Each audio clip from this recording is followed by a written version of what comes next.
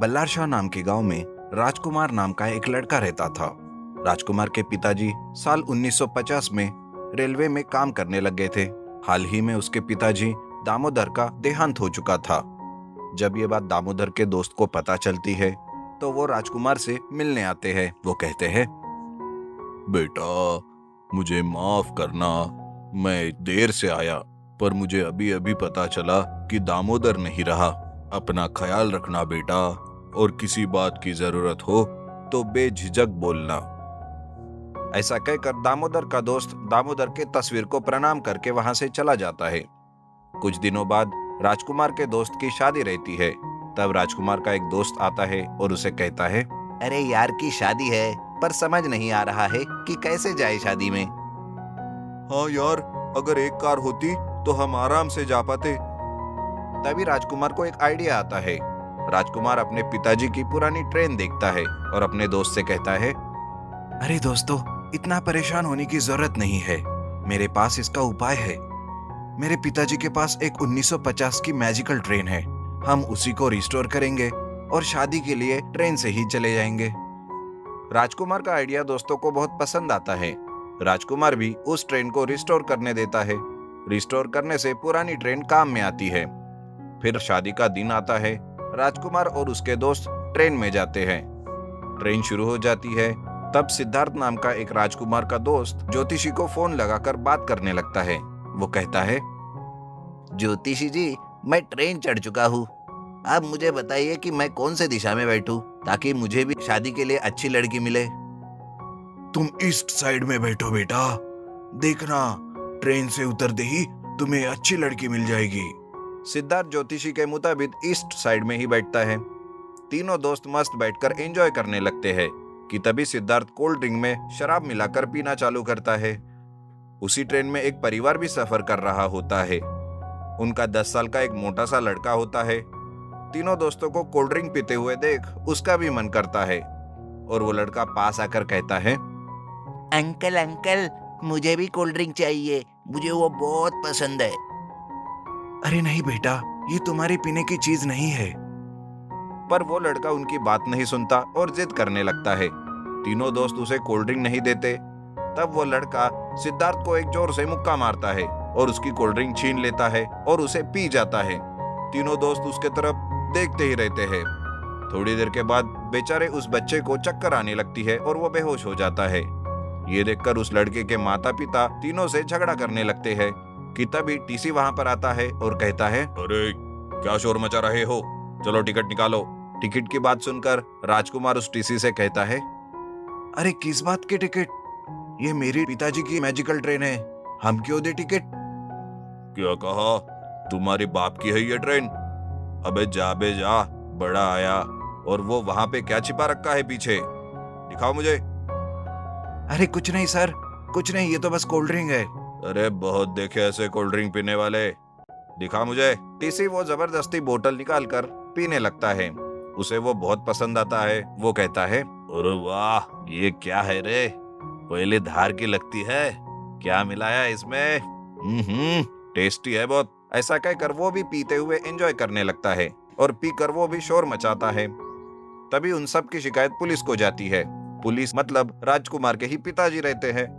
वो आते हैं और कहते हैं, अरे तुम लोग शराब पीकर ट्रेन में मस्ती कर रहे हो, समझ में नहीं आता कि पब्लिक प्लेस पर ऐसे बर्ताव करना गुनाह है। हवालदार, ले चलो इनको हवालात में और अच्छी खातिरदारी करो। फिर हवालात में उसे सभी पुलिस पीटते हैं। तब राजकुमार कहता है, अरे पिताजी मत मारो, पिताजी पिताजी मत मारो। अरे तुम लोग पढ़ाई छोड़कर आवारागर्दी करते हो क्या, इसीलिए तुम्हें पढ़ाते हैं?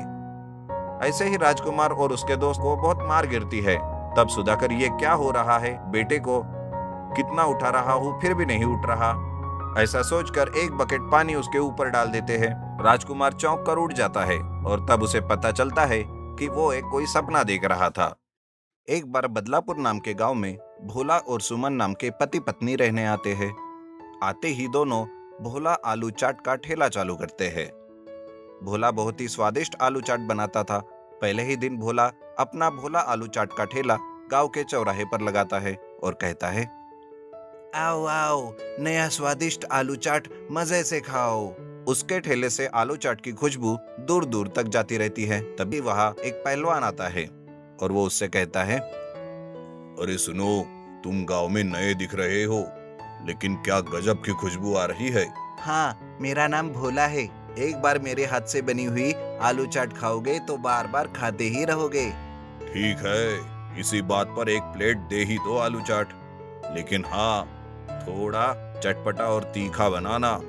पसंद आएगा तो ही पैसे दूंगा, नहीं तो नहीं। हाँ हाँ पहलवान जी, ठीक है। ऐसा कहकर भोला आलू चाट बनाता है और सजाकर पहलवान को देता है। पहलवान खाते ही उसे आलू चाट बहुत पसंद आता है। खाते खाते वो 3-4 प्लेट खा ही लेता है और भोला की बहुत तारीफ करता है। आलू चाट के पैसे देकर पहलवान वहां से चला जाता है और गांव में जाकर भोला के आलू चाट की बहुत तारीफ करता है। ये सुनकर गांव वाले भी भोला की आलू चाट खाने आते हैं। पहले दिन भोला को बहुत अच्छा मुनाफा होता है।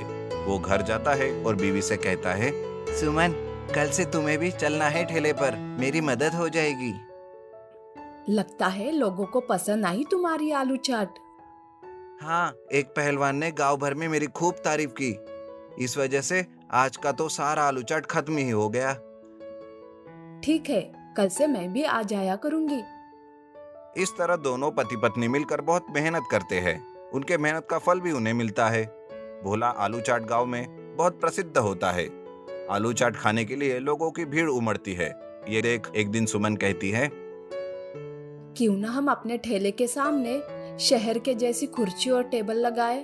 इससे हमारे ठेले को शोभा मिलेगी और ग्राहक भी आराम से खा सकेंगे। बहुत अच्छा आइडिया है तुम्हारा सुमन। हम कल ही शहर जाकर टेबल और कुर्सी लेकर आएंगे।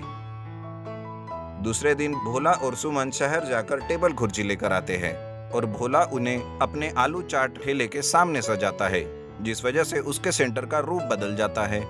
स्वादिष्ट आलू चाट और भी फेमस हो जाती है। आलू चाट के साथ साथ कई सारे खाने के दूसरे आइटम भी रखता है और काम के लिए अपने चचेरा भाई सोनू को भी बुलाता है। देखते ही देखते भोला का रुतबा बढ़ जाता है। फिर धीरे धीरे उसके भोला चाट सेंटर पर परिवार भी आने लगते हैं। एक दिन एक परिवार आलू चाट खाने आता है। उनके साथ उनका एक छोटा बेटा भी होता है जो वहीं पर खेल रहा था। खेलते खेलते उस बच्चे के हाथ से एक फ्लावर पॉट गिर जाता है और वो टूट जाता है, जिस वजह से भोला उस बच्चे पर बहुत चिल्लाता है। उसे और उसके माँ बाप को भी वो भला बुरा कहता है। वो परिवार बिना कुछ खाए हुए ही वहां से चला जाता है। दिन ब दिन भोला बहुत चिड़चिड़ा बन जाता है। यह बात सोनू को भी समझ आती है। सोनू भाभी से कहता है, भाभी, भैया का बर्ताव ग्राहकों के साथ बिल्कुल भी अच्छा नहीं है। ग्राहक दिन ब दिन कम होते जा रहे हैं। मैं अगर कुछ समझाने जाता हूँ तो वो मुझ पर भी चिल्लाते हैं। आप ही कुछ करो भाभी। सोनू भाभी को सारी बात बता के वहां से चला जाता है। सुमन भी परेशान हो जाती है और समय देखकर भोला से बात करती है। सुनो जी, आजकल आप बहुत चिड़चिड़ कर रहे हो। इतने मेहनत से भोला चाट सेंटर को खड़ा किया है, क्या उसे आप बंद करवाना चाहते हो? आज आपका नाम बहुत प्रसिद्ध है, लेकिन कल जाकर कहीं आपको घमंडी भोला कहकर न बुलाने लगे। सही कह रही हो तुम सुमन। अच्छा हुआ जो मुझे समझाया। क्यों ना हम कुछ दिनों के लिए बाहर घूम कर आए। हाँ भैया, आप ना भोला आलू चाट सेंटर की कोई भी चिंता मत करो, मैं सब संभाल लूंगा। दूसरे दिन ही भोला और सुमन घूमने के लिए निकलते हैं और सोनू आलू चाट का अच्छे से ध्यान रखती है और फिर से उनके ठेले पर ग्राहकों की भीड़ लगना शुरू हो जाती है। कुछ दिन में जब वो वापस आते हैं तो बहुत ही अच्छा बर्ताव करके भोला अपना रुतबा वापस पा लेता है। मथुरा नगर नाम के गांव में मधुमती शिवकाशी नाम के पति पत्नी रहते थे। उनकी नई नई शादी हुई थी। शिवकाशी बहुत ही भोला इंसान था। उसे क्या व्यापार करे कुछ समझ में नहीं आता था। वो कई सारे व्यापार करके बहुत सारा पैसा खो चुका था। इस तरह वो जितना भी पैसा मेहनत करके कमाया था वो सारा पैसा गवा चुका था। उसके पास कुछ भी नहीं बचा था। मधुमिता बहुत ही स्वादिष्ट भोजन बनाती थी। शिवकाशी के व्यापार में जितना भी पैसा नष्ट हो जाए मधुमिता उसे कुछ भी नहीं कहती थी। वह शिवकाशी को बहुत ही स्वादिष्ट भोजन बनाकर खिलाती थी। एक दिन दोनों भोजन कर रहे थे। मधुमिता कहती है, देखिए, अगर आप गुस्सा नहीं करोगे तो मुझे आपसे कुछ कहना है। इंसान किसी ना किसी चीज को त्याग कर जी सकता है, पर एक ऐसी चीज है जो इंसान को नहीं छोड़ती, और वो है भूख। इसीलिए हम एक छोटा सा फूड बिजनेस लगाएंगे जो अच्छे से चलेगा। आप थोड़ा सोचकर देखिए इस बारे में। अभी मैं ये बिजनेस कर रहा हूँ ना, यह सक्सेस हो जाएगा, मुझे पूरा विश्वास है। ऐसा कहकर वो वहां से चला जाता है। कुछ दिन बाद शिवकाशी के लगाए हुए नए व्यापार में बहुत नुकसान होता है। अगर ऐसा ही चलता रहा तो मैं और मेरा परिवार सड़क पर आ जाएंगे।